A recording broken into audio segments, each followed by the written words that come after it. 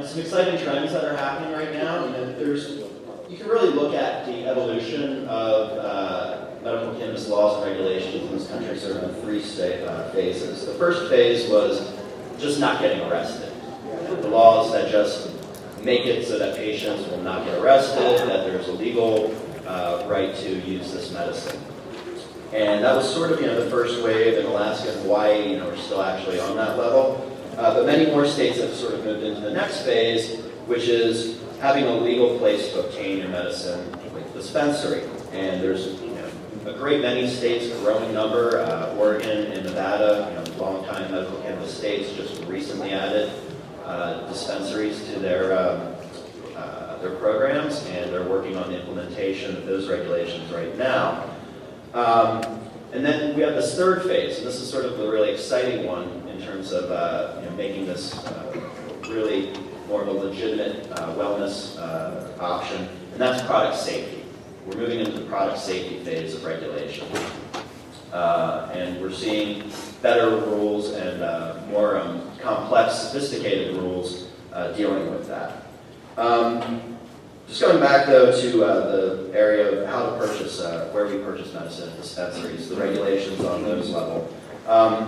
Sometimes these regulation discussions, they get focused more on the business specifics, and these are important issues, but the focus occasionally can get away from how does this serve patients.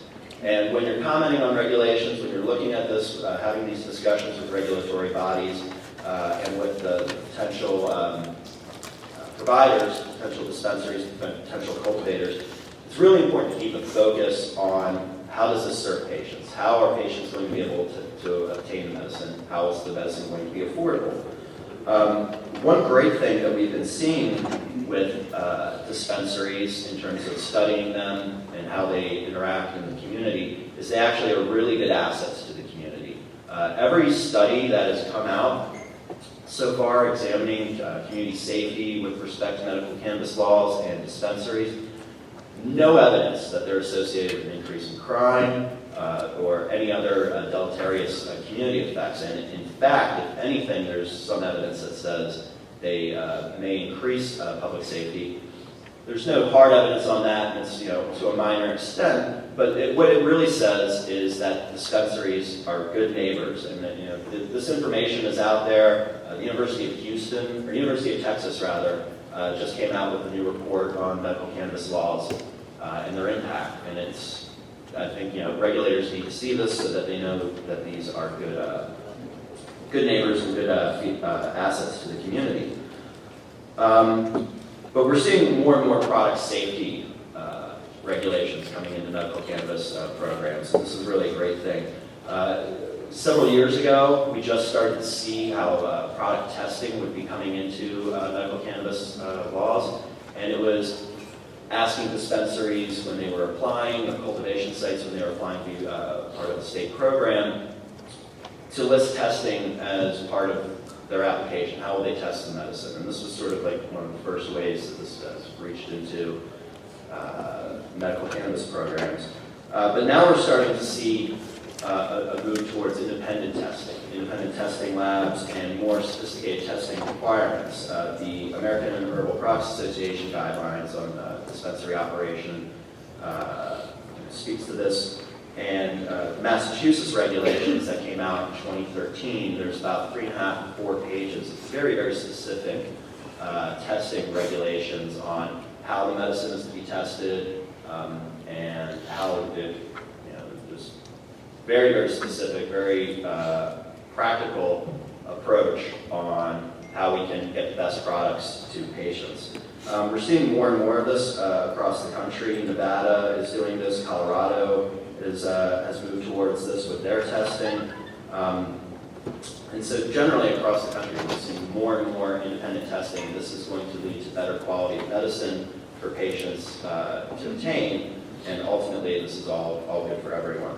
Another thing that we're starting to see more in medical cannabis regulations are training requirements. And this is another good feature for patients. We want to have highly trained staff who are familiar with the rules, familiar with the regulations, and also familiar with how to serve medical cannabis patients. Medical cannabis patients have some very specific and nuanced needs, and this sort of training can help provide this to the employees working in these facilities, and then they can spread that information to the patients. So what we're really seeing now is just this great maturation of the regulatory process for medical cannabis. It's really an exciting time to be in this field. I think Jim's introductory remarks for the conference really framed it really well. You could have no regulation or over-regulation or effective regulation. And what we're seeing is more effective regulation. And I think the other panelists are going to be speaking about some of these effective regulations, both with product safety and training. Labor standards is another important aspect, because we want to make sure that people who are working in this industry are treated with respect and paid appropriately. So we're really seeing it's an exciting time. We're becoming a very mature industry, and I believe these other experts up here will fill you in on some of the specifics of some of this expertise we're sharing.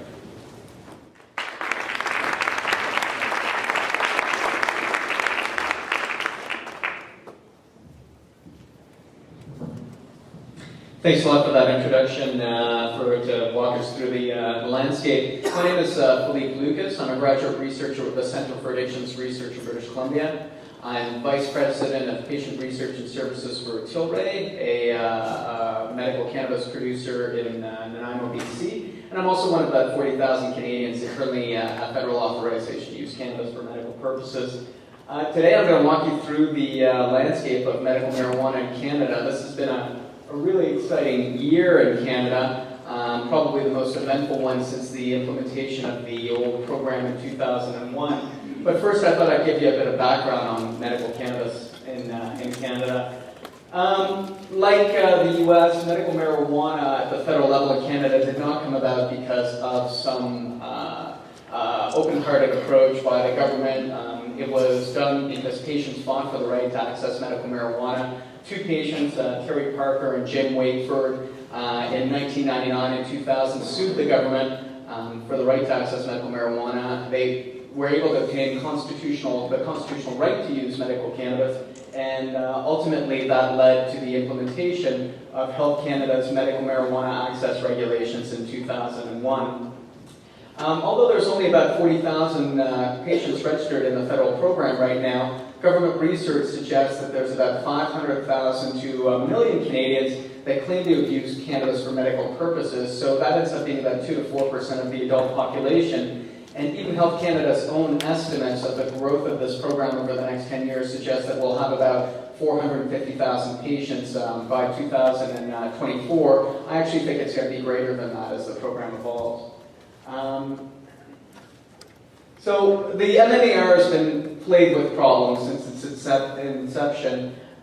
There have been at least 10 occasions where it's been found unconstitutional and therefore illegal for not providing safe access to medical marijuana for patients, for either restricting access, taking too long to process forms, etc.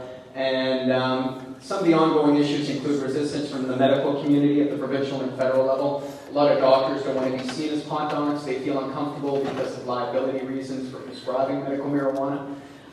There's a 33-page application as part of the old Health Canada program that you then would have to send out to Health Canada. It would take 6 weeks to 6 months to process. So if you're a terminal patient and wanted to gain access, this program is virtually unusable for you. There was a really low acceptability and a lack of strain selection in the federal supply. For 10 years, one producer for a plan system was able to supply one strain of cannabis to all Canadian patients. It was the only legal supply. If that strain didn't work for you, or if heaven forbid you might want cannabis that wasn't gamma or radiated, then that was simply not going to be available to you. And that was shown by the patient uptake, which is that only about 10% of the federal patients actually bought the federal supply, despite it being subsidized and priced at $5 a gram, just to show you how poor that product was. There's cost is an ongoing barrier to safe access. There's no current provincial coverage. In Canada, we have socialized health insurance, and so we do have provincial coverage for a lot of prescription medications, but cannabis doesn't fall under that guise, unfortunately. And dispensaries, which there are about 75 or 80 of them in Canada, are very popular with patients. They're actually one of the number one sources of access, but they've never been legal or regulated in Canada, and that continues to be the case. So the new MMPR, which the government spent 3 years doing consultations with patients, police, municipal groups to be able to build towards, is definitely a step in the right direction. As I mentioned, it's the most significant step and forward in this program since 2012, and one of the only since 2001, and it's one of the only ones that's been promoted by the government rather than being forced through by the courts. That's the only way we've been able to make progress in this program in the past, was by suing the government.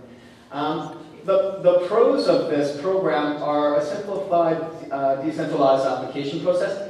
That 33-page application is replaced now by a single page. Your doctor recommends it. In his office, you walk out being a legal medical marijuana patient, so no wait times, etc., which is amazing.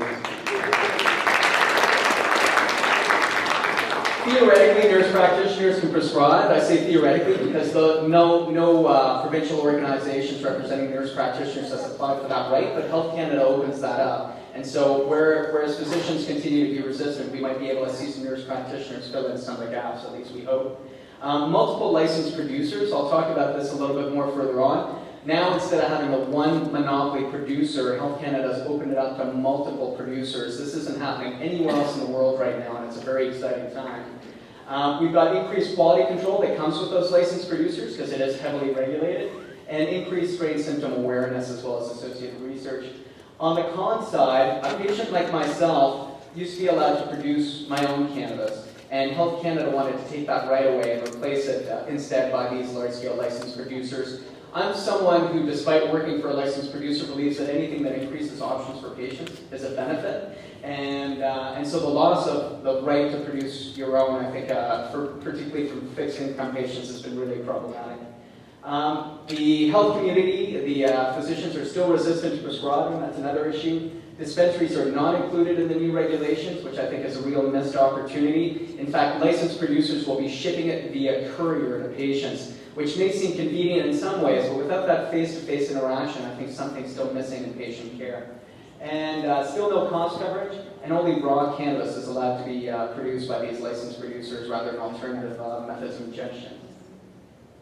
So the loss of personal production was probably the most controversial part of this change by Health Canada. It really satisfies the needs of municipalities and law enforcement and put them as the primary stakeholders in the changes rather than putting patients, who are actually the reason this program exists, as the stakeholders.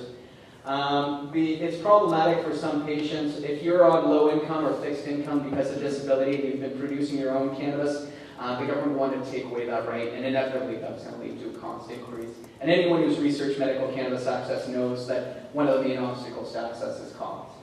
I think that we could have found a real middle ground by simply mandating that there be electrical inspections to those producing their own cannabis at home. I think that would have addressed the concerns of municipalities and police of home production. Now, there has been something interesting that's gone on. Patients have started constitutional and court challenges against Health Canada's new changes, and they've in fact managed to win an injunction last month that freezes the old production licenses. So instead of losing the right to produce their own cannabis, now patients can also produce their own cannabis, and we have licensed producers as well, so it's kind of the best of both worlds. That's indefinite right now until that court case is heard, but it's a good state of affairs for the moment. So the end of monopoly on supply, I think, is the best step forward that this program has taken. There are over 600 applicants right now to get a license to produce cannabis on a large scale in Canada. So Health Canada is struggling to process all of those. There's stringent regulations. In fact, they've developed a whole new set of regulations called the Good Production Practices, or GPP regulations, to govern the production of cannabis. It allows producers like Tilray, who I work for, to adopt recognized regulations, and we've chosen to follow the American Pharmacopoeia regulations in terms of the standards that we set for the production of our cannabis, and ultimately we'll be seeking GMP compliance as well. There's no plant limits, which is quite different than a lot of the state programs. If you want to produce 1 million plants under your Health Canada authorization, you can do so, but you've got to have a safe and a level of security based on the storage of cannabis that you want to have in place to match that amount of plants. And it's kind of interesting because the international interest in this, because it is a unique system anywhere in the world. So we see Bedrocan, the Dutch producer, now has a Canadian arm that's gotten a license to import the Dutch cannabis and sell it to Canadian patients. And we see some Israeli producers that are also tied themselves to Canadian companies to be able to make their supply available to patients. The facility, I can't speak for all the licensed producers, but I did want to show you guys what at least one licensed producer looks like in Canada. So I said I work in Tilray, and it's for Tilray, and it's located in Nanaimo, BC. Nanaimo, as you can see, is just north of Seattle, and within a stone's throw of Portland and Vancouver. And our facility is right there. And that's what a medical, that's, other than having big poly spray painted on the roof, I think that's what a medical cannabis production facility looks like. It's not only unobtrusive, but we were courted by the government in Nanaimo, the local region, because they saw this as a job creator. We held a job fair where we had over 400 resumes submitted, over 40 jobs. We interviewed 250 people over a weekend. It was promoted heavily by the local governments as an economic development project, and also as the dawning of a new biotech industry. So that's the way that municipalities can start looking at medical marijuana in North America. That's Tilray itself, and it's been a really great experience so far.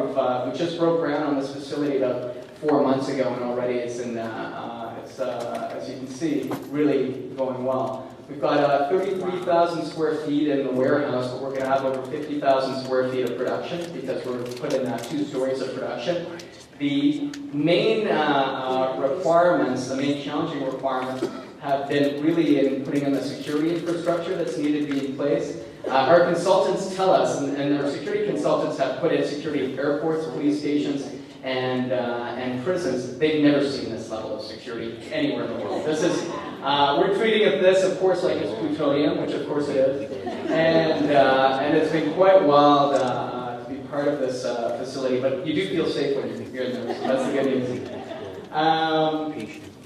We've got really cutting-edge technology to produce the cannabis. The whole goal is to produce the absolute best supply of cannabis in Canada and therefore the world. And if you're going to start doing that, you better start in British Columbia, or at least it's a good place to start. We've got dozens of strains already that are, and you can go to www.tilray.ca if you want to see our strain selection at the moment that we're going to be launching within the next week or so. We have what's called a conditional license right now that allows us to produce cannabis, and we expect our distribution license to be in place within about a week or so. And this really is the evolution of medical cannabis in Canada. This is about patients knowing what they're getting, about having a sense of security around the quality and the safety of their supply, and yet still making the strains that are available to patients and that patients find useful already. It's been a really exciting project. We've now received over 1,000 resumes for people who want to work at this facility, so it's something that's drawing a lot of attention nationally and otherwise. And I know that there's a lot of people who worry about, big cannabis coming in and taking over this industry. What I can tell you, and I've been involved in medical cannabis as a patient since 1995. I ran a nonprofit dispensary for 10 years called the Vancouver Island Compassion Society.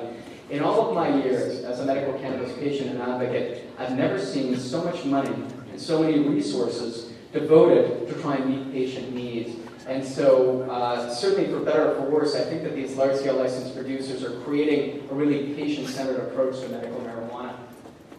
And I think that the current MMPR is really just a starting point. I think that with the regulation of this industry, we're going to see some significant research opportunities, and we're already looking at doing clinical trials at Tilray.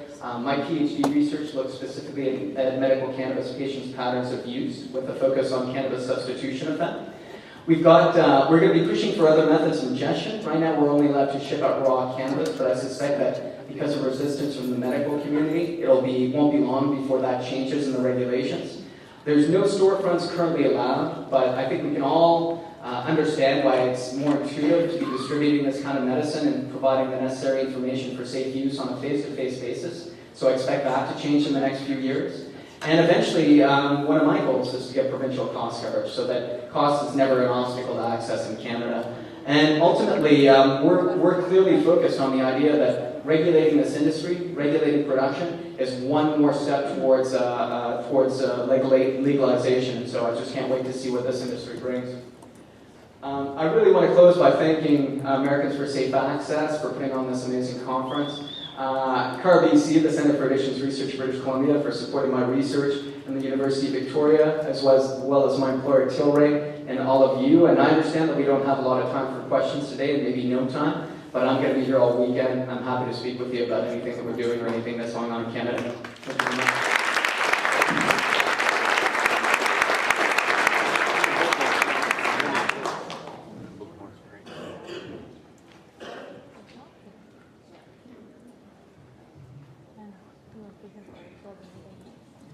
Hello, everyone. Welcome. My name is Kristen Nevedal. I am, thank you, California folks in the front here. I am with the Emerald Growers Association. I'm the founding chair. I also work with ASA on their patient-focused program, and I am on the board of directors for the Coalition for Cannabis Policy Reform. I'm going to talk to you today a little bit about cannabis farming in the United States. I like to call it farming because I really think it's important that we get back to realizing that this botanical medicine is a product produced for human consumption. And with that, it should be treated like an agricultural crop. Currently, that's not really what tends to be happening here. We have two basic models that are being utilized in the United States, and it's dependent upon states. Some states like to use a plant count-based model that says a cultivator may produce X amount of plants for a specified number of patients. And this does have some downsides, right? It limits the cultivator's opportunity or ability to properly use their space and consumes more resources than if we were to look at a square footage model. It moves us away from an agricultural model. And as these plants are grown as large as they can possibly reach during a life cycle, those life cycles, or those times of the life cycle, are increased, and these very large plants become harder to manage, have more risk of disease and pest issues than when we work towards an agricultural model. This is an example of an outdoor plant here. And you can see this gentleman, probably the sheriff, is reaching up probably close to 7 feet tall. This plant is probably maxing out 10, 12 feet. 100 square feet of smaller plants is going to yield roughly the same amount as this 100-foot, square foot plant. And this is much more prone to, again, disease, pest issues, and is excessive consumption of resources. This model also happens indoors, right? Here's an example. We have states that allow for licenses, cultivation licenses, and use not less lighting because there's fewer plants, in a lot of cases more lighting, and it's a subpar product. It reduces safety for patients and consumers. So square footage model, let's talk about that, right? All agricultural crops produced for human consumption are based on a square footage model, even fruit trees. You don't go to the Department of Agriculture and say, I want to grow 20 fruit trees. You declare the acreage of peaches or apples you have. When we look at the square footage model, cultivators can shorten the lifespan of these plants, right? They can reduce the vegetative times. They produce more smaller plants. The yields are still excellent, but that shorter time frame of lifespan for the plant produces a much healthier, easier to manage, and disease and pest-resistant product. This is an example of a square footage model seeing open field produced. This picture is from Spain. I don't know if you can see, but there's some wooden hoops here. A couple reasons for putting those up would be to try to do some light deprivation. It looks like there's some plastic laying on the ground in between rows. These plants are covered to use the natural daylight to veg the plants and then close them early to force them into flower early so that we have lots of small plants finishing at the same time. This also increases the ability to do longer strain varieties outdoors because the longer flowering cycle can be forced without relying on the weather and the sun's natural light cycle. Again, this model is used indoors. Colorado has a square footage based model. So do some other states, and it really is to the benefit of the producer as far as producing a really high quality, safe crop. But also we see advantages to the regulator, right? One of the things that we see in the US or we hear objections to with cannabis cultivation is the risks of diversion.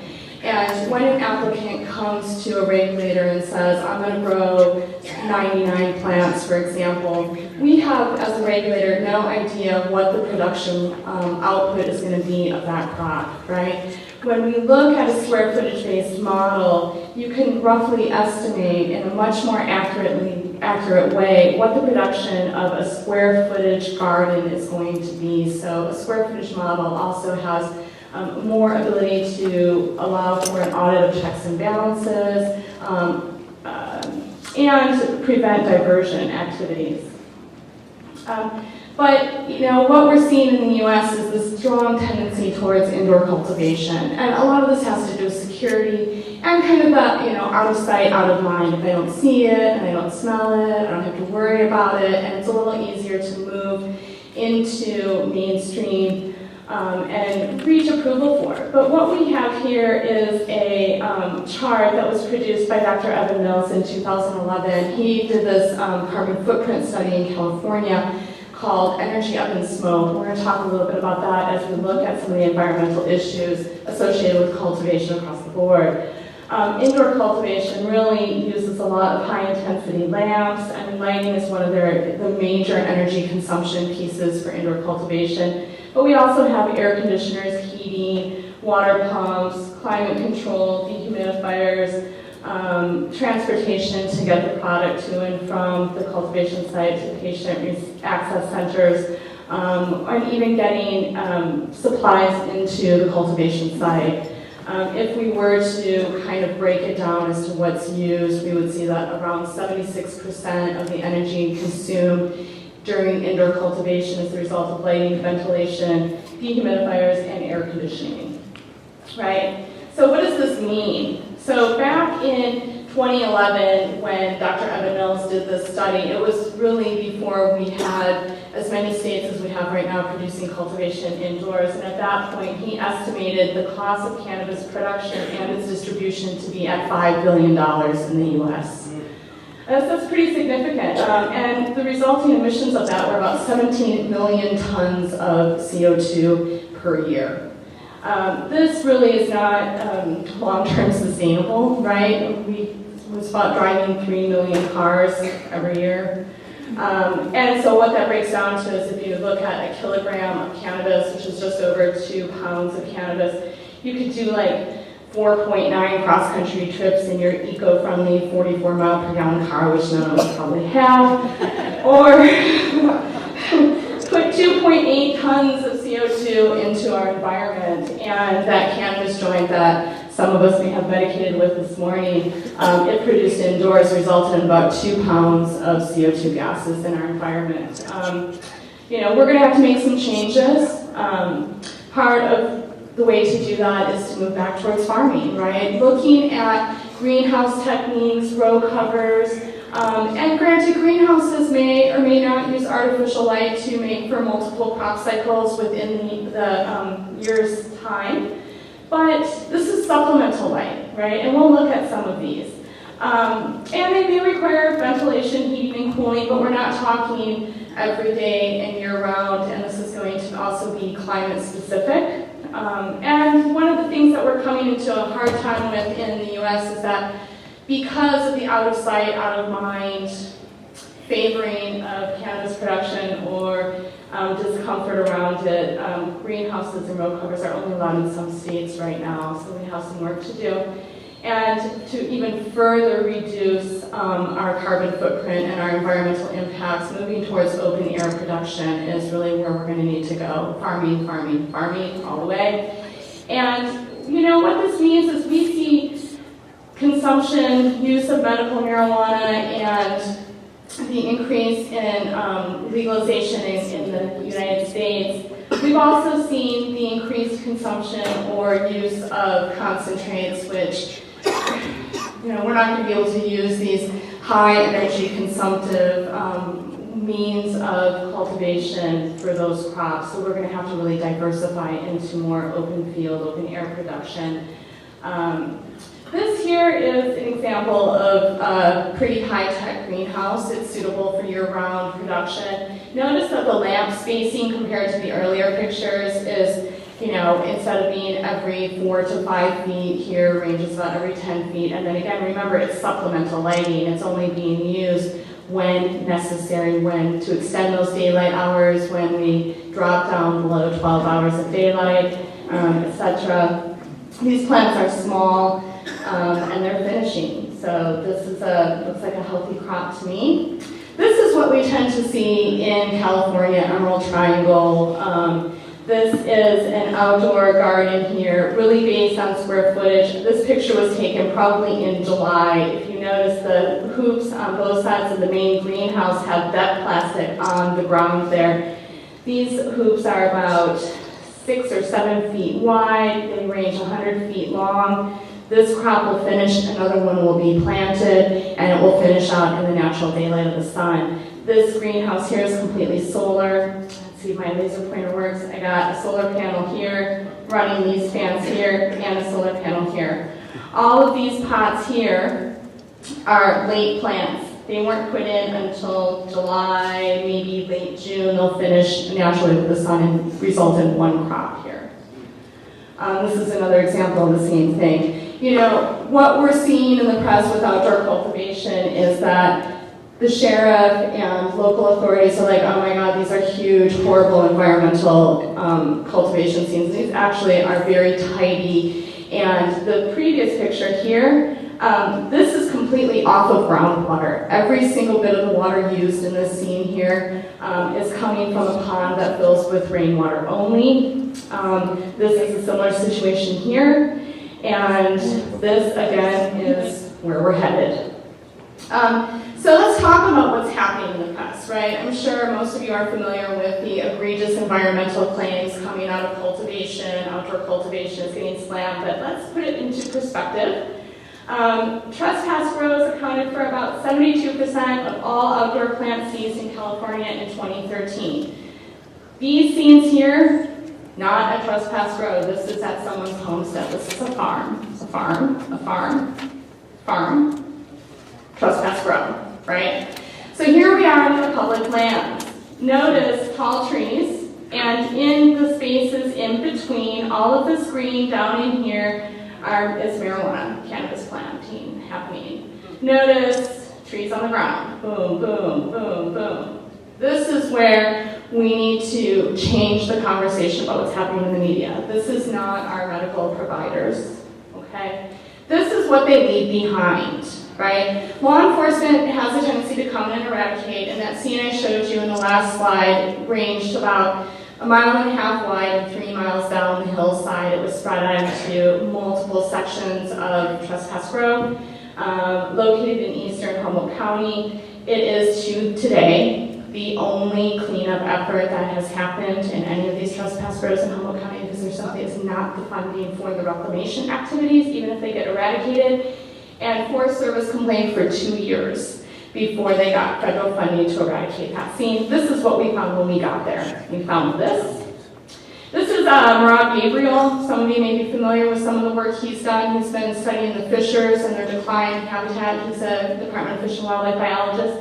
He's removing a toxic pesticide product that was imported from Mexico. And here we have a close-up of the trees fall. This is from a different garden site. They don't let us come in and clean up garden sites unless everything's been eradicated. So it's kind of a mixture of slides here. This is one of the 7 water diversions that was happening on that garden site. We pulled those out by hand. But the thing to know here about this and many of these sites is that they have been there for years. Many of these are not newly created, they're being reused, and unless we can make for regulation that provides funding for the reclamation of these activities, these go on year after year after year. The fact that we cleaned up this one site in Humboldt County means that the neighbors probably won't be dealing with cultivators coming back in there. That's not the case very often that these sites get cleaned up. So why are we experiencing the high volume of trespass grows across the nation on our public lands? Well, it's a valuable unregulated crop, right? It's a strong black market because patients don't have access. In many places they don't. Even in California, access has been stifled or hit and miss. It works and then it doesn't work, and we're subject to federal preemption because we don't have a statewide regulatory system, and public land is cheap, right? The individuals growing there are not paying a mortgage on it. They aren't subject to forfeiture issues, and so why not? And their odds are really good, right? It took 2 years after discovery of that site to get someone out there to eradicate it. So, and then if they eradicate it, you just go back and plant next year because usually they don't get cleaned up. Oh, skipped one. Private lands, we are seeing some issues on private lands, although they are a very small percentage of the environmental issues happening out there. And they include stuff like this from Mother Jones. You guys might have seen some of these pictures.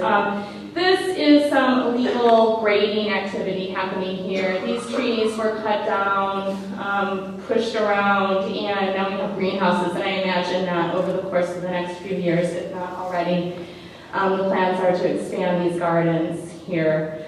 And on the ground, it tends to look more like this. These Fish and Wildlife water boards are moving forward in California with trying to remedy some of these issues. This is a logging flat on your right. This debris here is actually burying a stream bed. So this is a Fish and Wildlife slide. This is another Fish and Wildlife slide. Both of these were taken on places that were raided and forced into mitigation. This is a self-made pond in a headwater stream, right? So, what we need is regulation so people feel safe going and getting grading permits, right? And they feel safe going to the Department of Fish and Wildlife and getting their 1,600 water permits and the other needs. And a lot of this is happening because of that fear, but also the lack of education. Both on behalf parts of regulatory agencies and cultivators who are producing. Additionally, we have some kind of backwards policies that have happened for many years with local municipalities and state agencies where lots of 1,600 water permits or water draws have not been. The agencies haven't moved forward with providing the education or enforcing grading permits, the need for water draw permits, everything from a spring on your land to a pump in the creek requires a permit, and most people, even if they're just flushing their toilet with water they're taking from their property, require a permit, and probably 98% of the folks don't have them, whether they're cultivating or not. Again, solutions. I mean, that's what it's all about, right? Moving back towards an agricultural model. This is, I can't emphasize enough, a crop that's produced for human consumption. Patient and consumer safety starts on the farm. And let's let the Department of Agriculture do their job, right? They regulate pesticides. They understand how to work with farmers towards pest management practices. And they often have educational programs that should be part of any regulatory system. Descheduling and rescheduling of cannabis would actually allow the Environmental Protection Agency to move forward with establishing tolerance thresholds, which would create a much safer pesticide use guidelines in the U.S., where we have no pesticide tolerances for cannabis.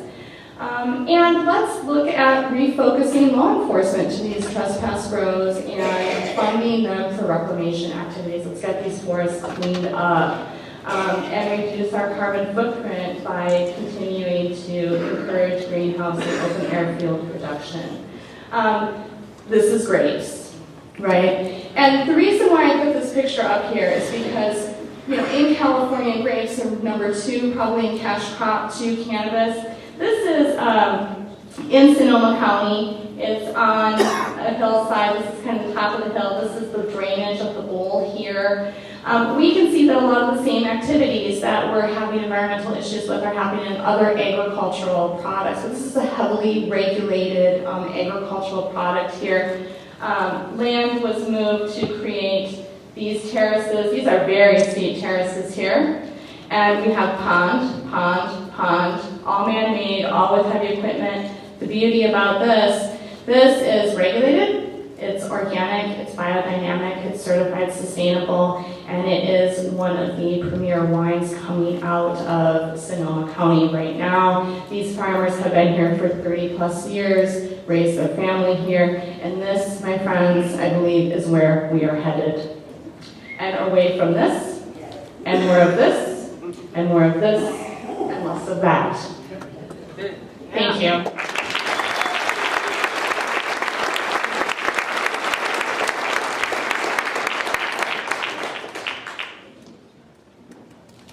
Good morning. Good morning. All right, we're all awake here. My name is Marina Foss-Hubert. I'm the Legislative and Political Director for Local 881 of the United Food Commercial Workers. I want to first thank Americans for Safe Access and staff for inviting me to come and speak with all of you. We like to take all of these opportunities very seriously to speak with potential partners in this industry, because it is so important that we start a good dialogue, and that when you see one of us from the United Food Commercial Workers, you see us as somebody that you can approach, that you can talk to, that we have a lot in common. The reason I'm here today is I don't have any cool slides to show you, so you'll just have me to look at.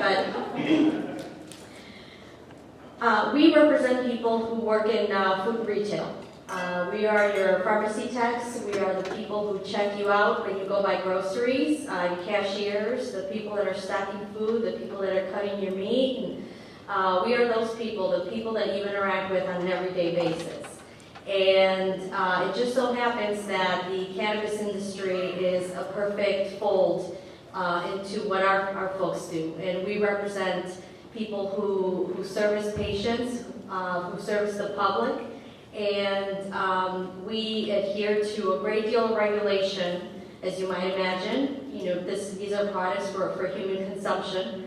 And we want to make sure that we do a good job for our customers, that the business remains profitable, and that we hold the industry accountable, and that we work with community partners to ensure that. And so that's why I'm here. So just to give you just an example, we represent pharmacy techs at CVS out in, where I live in Illinois, and our collective bargaining agreement has anywhere from wages to healthcare benefits, procedures. Pharmacy techs have to undergo training under Illinois regulation.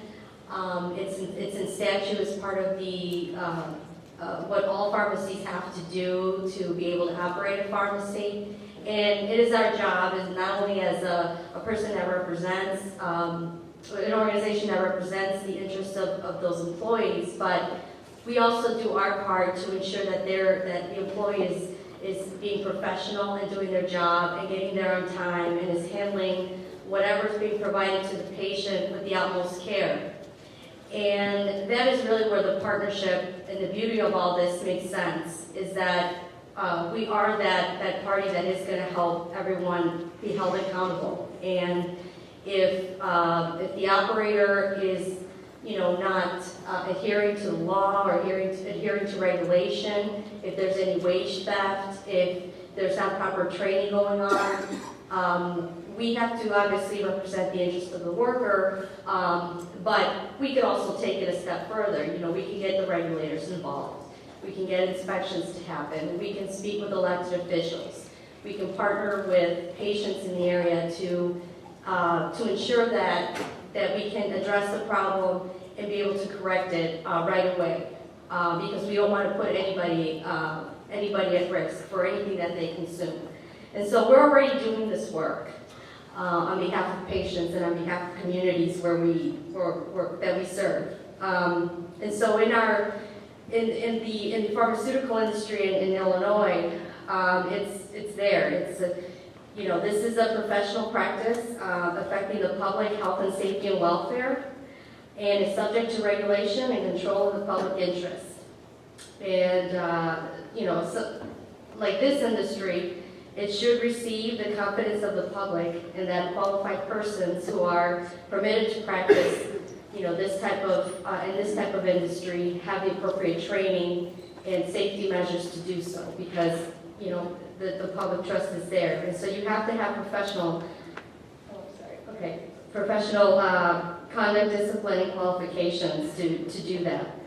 The pharmacy techs are in charge of packaging, labeling, storage, you know, all of the things that would normally be, and all the fundamental tasks that would normally also be applicable to the cannabis industry. Another example I want to talk about really quickly is you know, this is not from our industry, but in the construction industry. Our state has a policy where if there's going to be there's a construction project that goes out to bid, it's a state-funded project.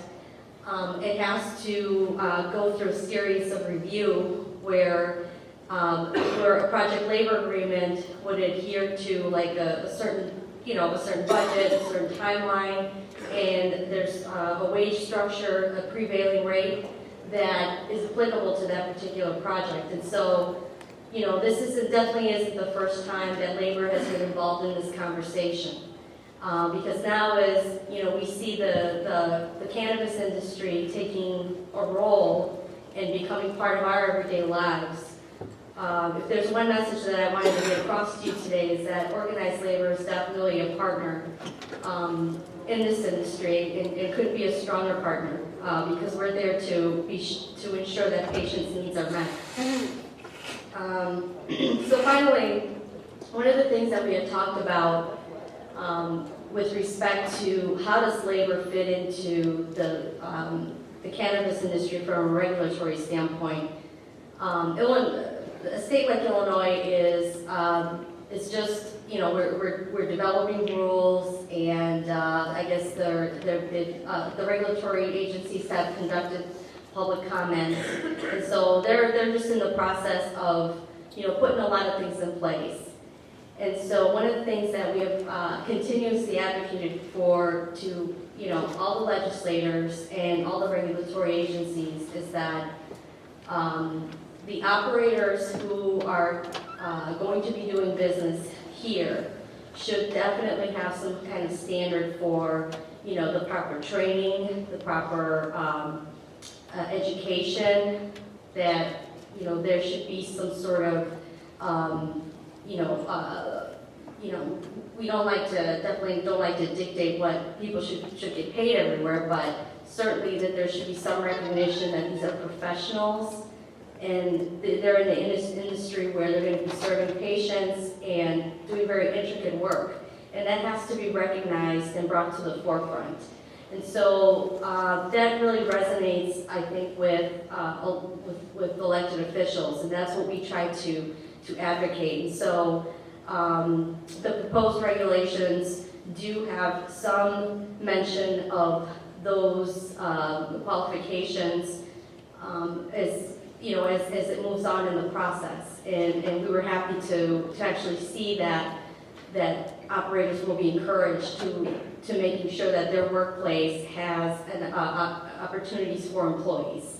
So we just want to continue to work on that and improve it, and hopefully be partners with, you know, continued dialogue with patient groups and other advocates who want to make sure that the cannabis industry becomes a successful one in Illinois and anywhere in the country for that matter. So I just want to thank you for your time, and you know, if you have any questions, I'll be hanging around. I'm the person in the bright yellow here because that's usually our color. And so look forward to hearing from all of you. Thank you.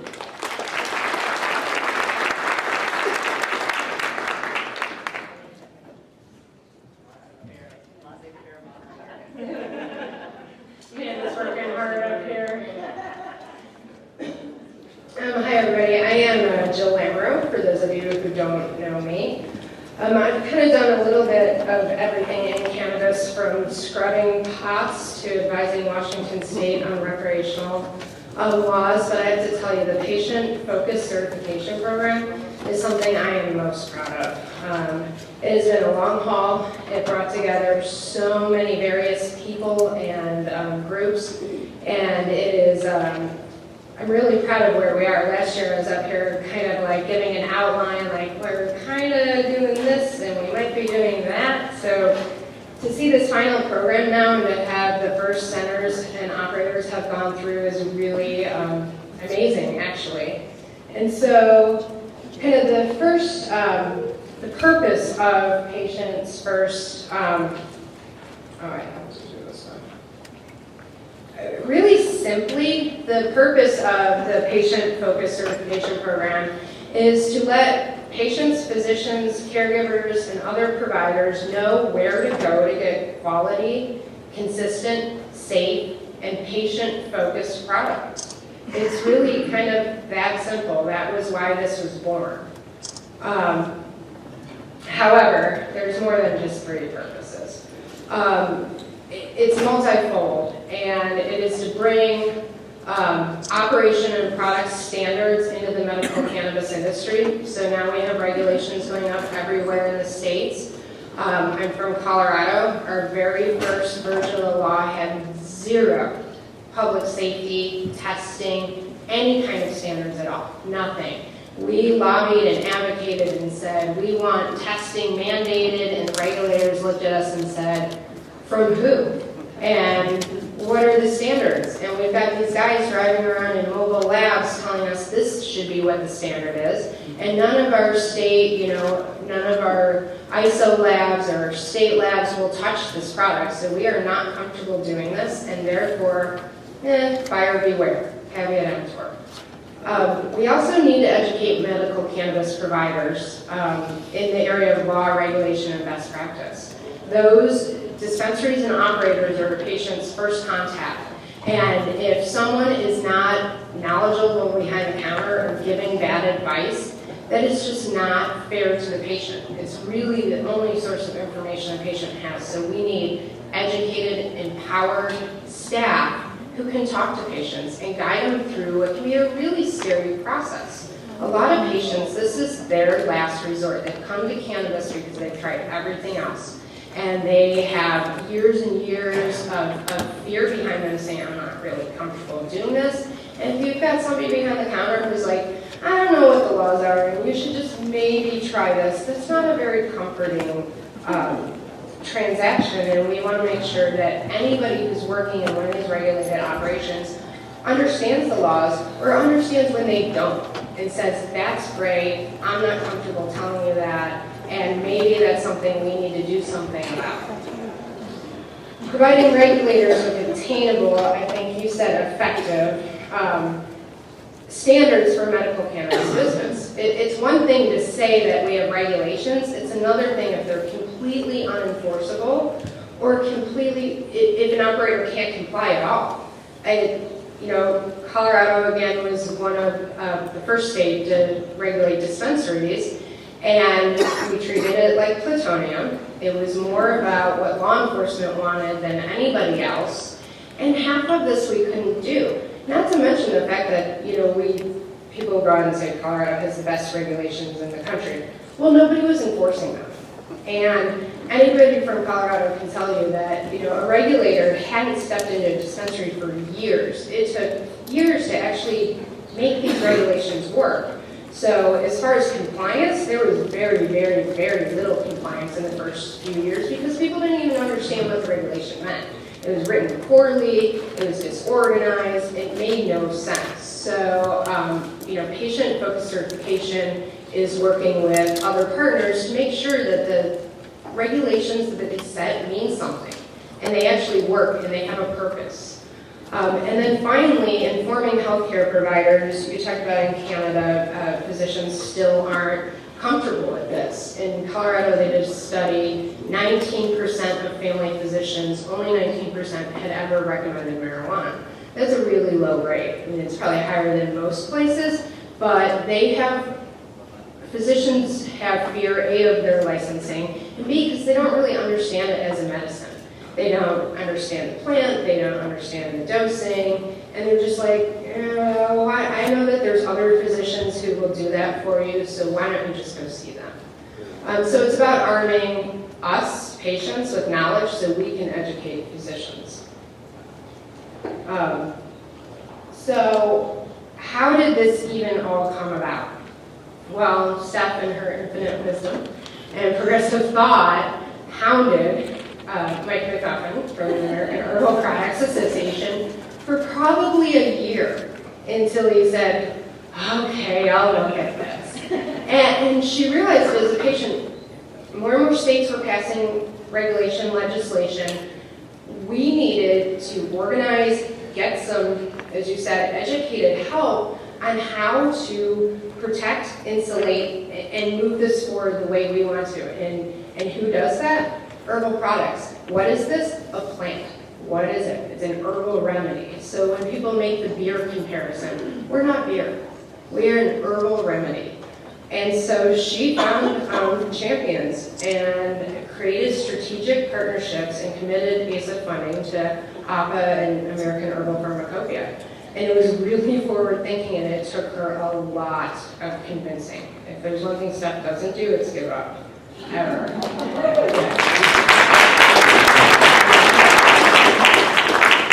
And so she matched leaders in the cannabis industry with APA and with AHP and said, here, develop some standards, something that we can see. And every state's different in regulations. I work in every state. I gotta say, cannabis is probably the hardest because I don't like using the word marijuana, first of all, and with an H. I hate it. It drives me crazy, but you have to talk very calm. So we came together and spent years developing standards that the entire industry could agree on. I'll tell you, it wasn't easy. Kristen and I did rounds about, I'm an indoor grower. I mean, I'm from Colorado, we grow indoors. She's outdoor. To try to make both of those work for cultivation rules was interesting to say the least. And there were some marathon phone calls. I think I even did some of them on a treadmill, actually. But we came together and we took these standards and decided, develop patient-focused certification on other certification programs like ISO and NSF and Good Housekeeping. And I can't say how invaluable Jane Wilson has been from APA because she came from NSF and came from a certification program and could give us guidance and say, yeah, you're on the right track. And it's so important that ACE is doing this because it's an independent, nonprofit. We're not talking about self-regulation of an industry. Although industry people did help build it, it is so much more credible with regulators to say, no, this is not self-regulation of the industry. This is not the beer industry promising we're not going to advertise to minors. These are experts who've come together and done something attainable. And so our partners in this program, American Herbal Products Association, again, Mike McGuffin, he told me I just couldn't take Steph's calls anymore, so I finally agreed. And he then internally, though, she had him convinced, he had to convince his entire organization that they should take on cannabis. APA is an over 30-year-old organization with huge respected lobbying power on the national level. They have a board themselves, they have multiple boards, and he had to talk them into and saying, we need to approach cannabis. We need to look at this. This is in our wheelhouse. He had convincing to do. So this was a series of very long discussions and convincing people. And he pushed it through and created the APA Cannabis Committee, which Tim Small's the director of now, or committee chair. And they're still working. And it took 2 years to develop the first set of recommendations for regulators. And that was really because there were so many different industry folks involved, plus APA people, and coming to that workable solution where everybody could agree on a set. I'm sure not everybody's happy with everything, but to get to that point, Amanda chaired for a while, I chaired, I think we went through 4 chairs. That's how long this took. I was like, I can't take any more conference. Someone else has to do this. But we did it, and we're still doing it, and now APA is looking at extractions, which is so important. So we didn't stop. We started saying, let's look at dispensaries. We call it distribution, because it's distribution of the product. Cultivators, manufacturers, and laboratories. And now it's expanded extractions, because we see so much negative press about extractions. And extraction is not new. Any liquid you take that has any herb in it has been extracted, and they've been doing it for years. It is safe, it is effective, and it needs to be addressed by regulators and not just outright banned. And then AHP, American Herbal Pharmacopoeia. So I always, when Steph asked me to come on and help develop this program, I got the APA piece, no problem. Got it. Standards for regulators. Plant monograph, I had never even really heard of, seen, I didn't get it, I didn't understand what it was, and the more I learned, I was like, oh, that's really cool. I can tell you that my husband and I fight over this, and he's a cultivator. This book is my new Bible. It is amazing the amount of information in here, and we have a lot of ASA board members who contributed, but if you please buy one and read it. And then you look at the names, I mean, so much expertise went into this. I had no idea how valuable it would be until I saw it. And it's just like, if I had had this 4 years ago when I started my dispensary, my recommendations to patients would have been so much more educated. I mean, it was such a crapshoot all the time. And we're taking that guessing game out. And this is what's going to help physicians get more comfortable. And APA's next step is dosing recommendations. And once we can point to a credible third party that says, here's dosing recommendations, physicians can start to let their guard down. So those are the three main groups who came together to put this together. So the last part of this is now, okay, we have standards, so now what? Well, let's go verify that people are actually following these standards. So PFC, Patient Focused Certification, is the only nonprofit third-party certification system for the industry. It is APA and AHP are independent and credible organizations. Those are what the certification is built on. Are you following APA standards and are you following AHP standards? They are independent, they are credible, they are not the stepchildren. And so when you talk to a regulator and say, I'm certified based on standards by these third parties, it carries a lot more weight than I do the best I can. Legislation and rulemaking efforts are happening all over the country every day. New states come online. We see things that we need to talk about and discuss and point to effective standards. CBD-only bills are not effective. We need whole plant medicine, no concentrates. There's none in Canada. There's other states that say no hat. Washington for a while, and they finally turned the corner. But when you can bring in this and say, here's the standards you should develop or adopt for extractions, it makes them much more comfortable. Nevada adopted these. Illinois is adopting these. This is going to be our Bible going forward.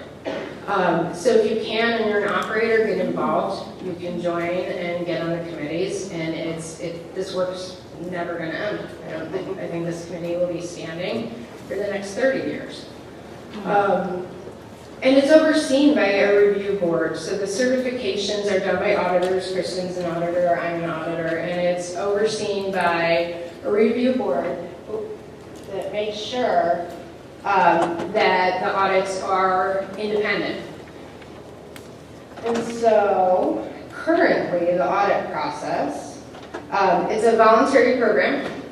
We are hoping that it becomes mandated in states. So when you're doing your lobbying, you should talk to your regulators and say, we want certified operators. So we see some certified training happening in DC and other states, and ASA is a DC certified trainer. But these regulators, even when they get comfortable with the regulations, they're not comfortable with the industry. They don't know what they're looking at. They're using plant counts instead of square footage based regulation. They don't really know what they're doing. So, and they use third-party certifiers all the time. Most likely the restaurant you ate in, if it was inspected at all, was probably inspected by a third party. And so ASA wants to move into that space and say, we know how to look at these operations, and we'll teach you. Illinois is interesting. We talk about agriculture getting involved. They are the first state where we are dealing with the Department of Ag, which has been great, but also somewhat difficult because they're very stuck in this no pesticide, no acceptable tolerances. But they've moved. Even before they've issued rulemaking, they've already gone from a no pesticide stance to okay, we'll accept these pesticides because they're looking at this book and they're talking to testing labs. And so educating the regulators is the most important thing that we can do. And so we partnered with Cannabis Training Institute to do the training for the staff to make sure that they're educated, they know what they're selling, they know how to talk to patients. And then PFC auditors will come in and supplement with some live training. So that's been working really, really well. And from all reviews of people who've done the Training Institute programs, they love it. They think it's great. It's simple. They can do it on their time. They can go back and re-look at something. I don't know if you've sat in an all-day training, and a lot of it leaves. So you can go back to the website and follow up. The auditors go in, so this, it seems boring, but I actually love doing this. We review documents, policies, procedures on site. We verify that they're compliant with the APA and AHP standards. And then we do on-site observation and say, okay, you've adopted policies, are people actually following them? I don't know how many work in traditional corporate environments, but usually that big fat SOP manual is just stuffed up there and maybe taken out every 2 years. Our industry, we need to follow our policies and procedures. We need to constantly evolve them. We need to develop them, and our staff needs to be, again, knowledgeable, leads to empowerment. So an educated, empowered staff who understands those policies backwards and forwards can help operators point out deficiencies and say, this policy doesn't work, and here's why. And then we do random follow-up visits to ensure the business is staying compliant with the standards. One of the coolest features of PFC is this complaint resolution process, where patients and caregivers, their caregivers and physicians have a place to go to give adverse reaction reports. And PFC will follow up on those. So instead of just writing a bad weed mass review and saying this place stinks, you actually have a source to go to and say, hey, I'm very concerned about the products being sold here, and we will follow up on it. And so what's next for PFC? Because we have the first phase done, but it's not going to stop. And as I had said, Nevada and Illinois are already adopting these standards. Maryland, Florida, New York, we have states coming online every day. So when you're out there lobbying for this stuff, you also need to be lobbying for these standards and these regulations. Outreach to all the existing and new states, so we're going to shore up our outreach program. We're going to provide audit and inspection, like I said, those third-party services for those states who need assistance. I was talking about Illinois Ag. They're used to it. They're used to visiting farms. They don't need assistance there. But IVF, we have 5 regulatory agencies in Illinois. I think 5. Yeah, fine. There's one that says, yeah, we don't really know what we're doing. We'd be happy to look at IVFPR, who does the dispensaries, who regulates professionals like stockbrokers, and they're like, we have no clue what we're doing. So they would benefit greatly from these third-party certifications. Outreach to providers, like I said, it's so much more important that we get more physicians involved in medical cannabis and feeling comfortable. So the dosing guidance that AHP is working on will be, I think, invaluable to that. We need to educate more physicians. That's our job as patients and their caregivers to not. It's an uncomfortable conversation, but it's one that needs to be had. And when you're in a state that you have the right to do this, you have the right to demand your physician get educated.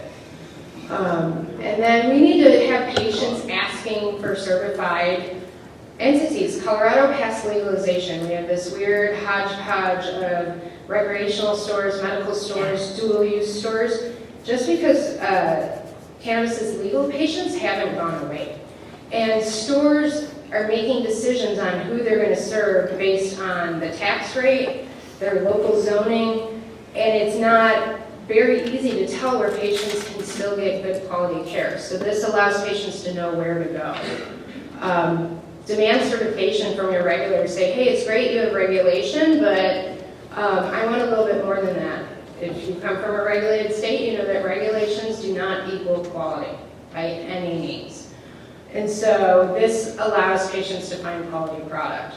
And then educate your non-cannabis specialist physician, because now we call them cannabis specialists. So when I work in other states and they say, well, what about these doctor mills and da-da-da-da, and all these doctors are writing all these recommendations. It's because nobody else will. They're cannabis specialists. They are not mills. They focus on this, just like an oncologist focuses on cancer, this physician focuses on cannabis. I don't think anybody can say that Alan Shackelford, Harvard-trained MD in Colorado, is a mill.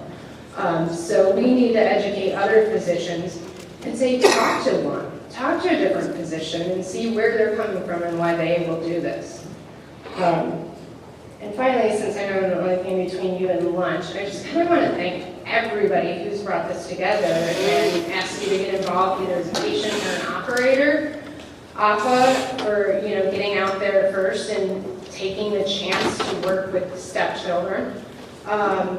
And American Herbal Pharmacopoeia, they bumped this up on their list before other monographs they wanted to publish because they saw it was so important.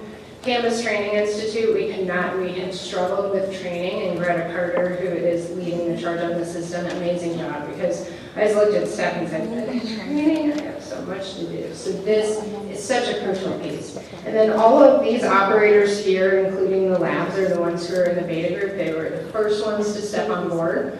Len's here, and Tim's here, and they're stepping up and saying, we care about patients, we care about this project, so if you live there, frequent them and recommend them, because they're the ones who are showing that they are the most concerned about patient safety and quality. So, thank you guys.